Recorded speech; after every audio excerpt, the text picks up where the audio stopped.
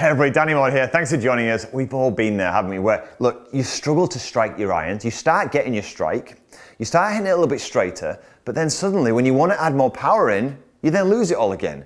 So how do you kind of add the power in whilst maintaining strike, whilst maintaining your accuracy? It's not easy. But in this week's lesson, I'm going to give you a real nice practice session. I'm going to show you how you can, first of all, generate the accuracy with all your clubs, with your irons and your driver.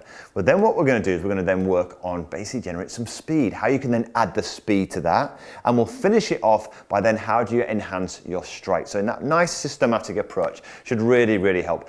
Before I get into the video, look, if you're new to the channel, it's one of the first videos of mine, please consider subscribing. Just press that little bell button, next subscribe button, you get notified every time I release a video just like this one. Plus, I always put a free downloadable practice guide in the description box below so you'll never have to remember a thing. Okay, great. So what we're going to do, we're going to cover three phases. We're going to focus on how you become more accurate with your clubs first. So if you're slicing or hooking it, straighten you out. Then we're going to show you how you can add speed with that without losing the accuracy. But you and I both know sometimes when you start adding the speed, you can also lose your strike. I'll show you how you can keep that strike whilst working on the speed too, right? So let's get cracking. Now, accuracy. If you slice a golf ball, it's super simple. Let's start with this initial downswing motions. In the downswing, this is what happens in all swings, good, bad. The club works out to the ball and the handle works into the body on all golf swings. It's just a matter of when you do it. If you slice the golf ball, what's happening is you get to the top, your club moves out too early and the handle moves in too early. This sends the club outside the line of the golf ball, swinging for right-handers to the left of the target. This gets you either hitting two shots. If the club face is square, it will get you hitting straight left. If the club face is slightly open to that path, it will get you slicing across the ball and creating a bend. If you hook the golf ball, you release it, the head comes out to the ball too late. So instead of this being slicing, you come into this position here, the head hasn't released yet, it's now too late, you either hit two shots, you've either got the one now where you're really stuck and it blocks way to the right, or a violent release and then it gets hooking to the left. So you've got to start to time this swing, learn to feel of it, so that ultimately the club releases out to the ball at just the right moment. So we'll start to learn that first. Now, simple exercises to learn this drill is to grab two tee pegs. Get your ball set up and put a tee peg above the line of the ball, one slightly to the right, one slightly to the left like this, okay? And what this is going to do is going to give you a simple guide and some really great feedback. Now the golf swing's an arc, and what we want to make sure is that the club is always arcing inside of those tee pegs. If you release the club out to the ball too early, as we said, you're going to come across, you're going to start to strike this tee peg here, which is not what we're going to do. If you come in too late, you're going to start to strike this one. This is your hook swing. So all we're going to do here is I'm going to hit a shot, and all I'm going to do is basically miss those tees by swinging inside them, and that is going to help me groove a feeling of when naturally to release this club. If I don't release it, it's not a problem. I'm going to get some immediate feedback. So let's have a look at this in action. Nice, easy exercise to start with before we start to teach you the strike and the speed. There we go. So simple exercise, nice and straight, over the flag, perfect. So all I suggest you do is stage number one, put those tee pegs down, nice and simple. Start to groove a shape to your swing by avoiding them.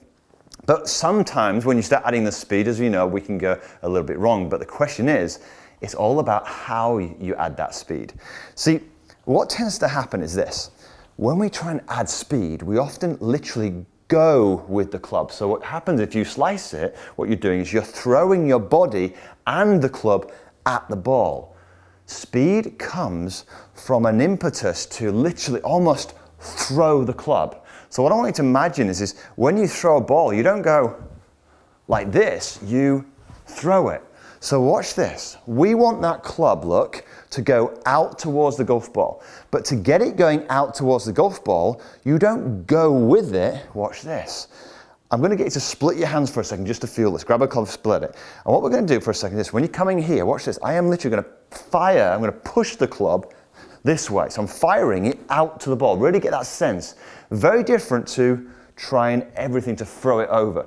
Same if you hook. You don't throw the body at the ball. You throw the club, right? Now, what else could you do to make this naturally more powerful and almost more rotational? Well, you don't just do this. You do it with the feet again, don't you? Look at this. Look at my feet. Imagine we're stood on that screw.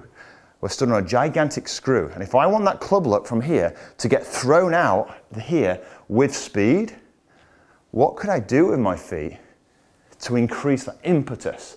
Well, watch this. I get here and watch. I'm going to now use the ground, my feet, my arms to really throw that club out. What I'm not doing is what I see so often with golfers, trying to be controlled, trying to be perfect. I know you do it sometimes, it's natural. Turning like this, trying to turn through the shot.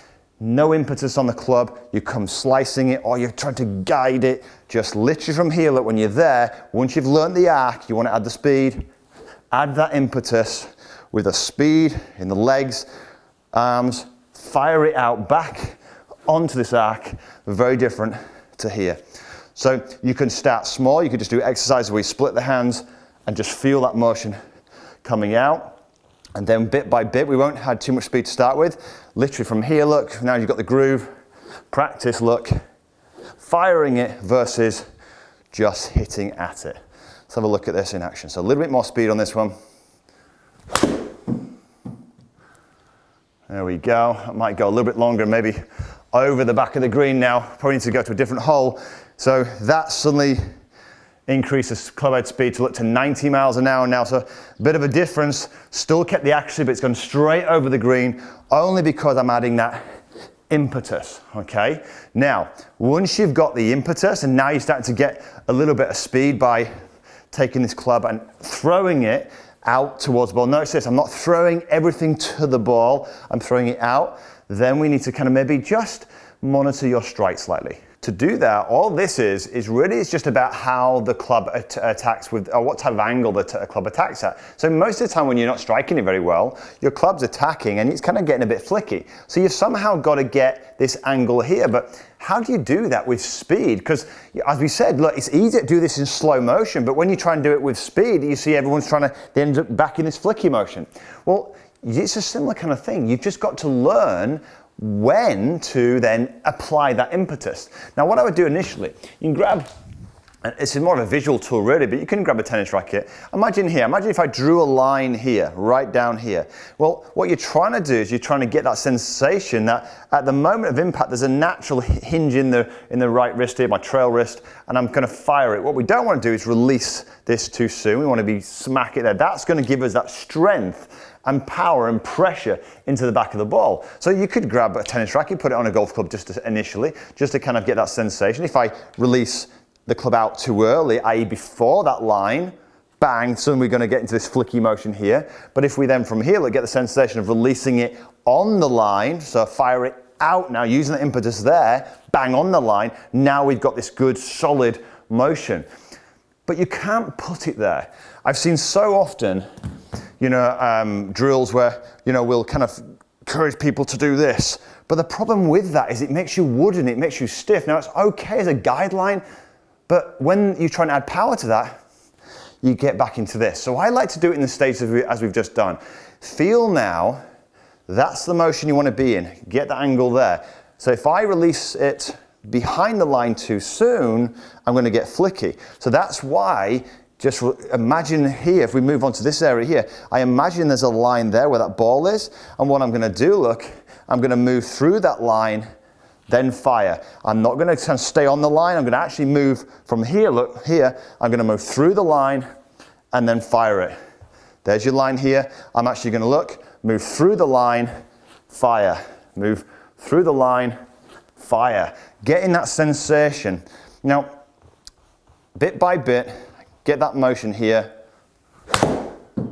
and then away we go. And suddenly then, we can start to really launch. Like I said, this green's probably going to be a bit short for me, but look at that. Straight over the flag, nice and straight. And all you've really got is those three very, very simple points, which are simply, when you're setting up to the shot here, you create the arc by avoiding the tees. If you slice, you hit the outside tee. If you hook, you hit the inside tee. Why? Because look, the head goes out too early, handle in too early for slices, head comes in from here, too late for hookers. Use the tees as a simple guideline.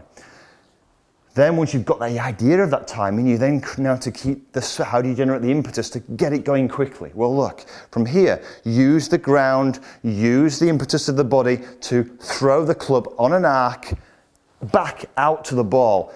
Don't go with it. This is your over the top. Don't go with it. Throw it, use that ground, turn that screw, fire that club back out here. I am not going with it, that's a problem. Once you've done that and you want to get the strike, imagine you stood here, you've got an imaginary line, yeah? And what we're gonna do, when you're here, look, you go through the line, fire. Go through the line, fire. What you never do, don't stay behind it and fire too early. If you're a hooker, don't go through the line too much, it'll be too much. You're just trying to time that motion, fire that club out, and it comes with a little bit of practice. Once you do that, you'll start to find the rhythm and it keeps the whole thing flowing. So I hope you really enjoyed this training. If you did, give it a thumbs up, maybe share it with a friend. And remember, there's a free downloadable practice guide in the description box below, so you'll never have to remember a thing. And look, if you're new to the channel and this will be your first videos, come and join the community by pressing that subscribe button and the bell. But until next week, have a great golfing week.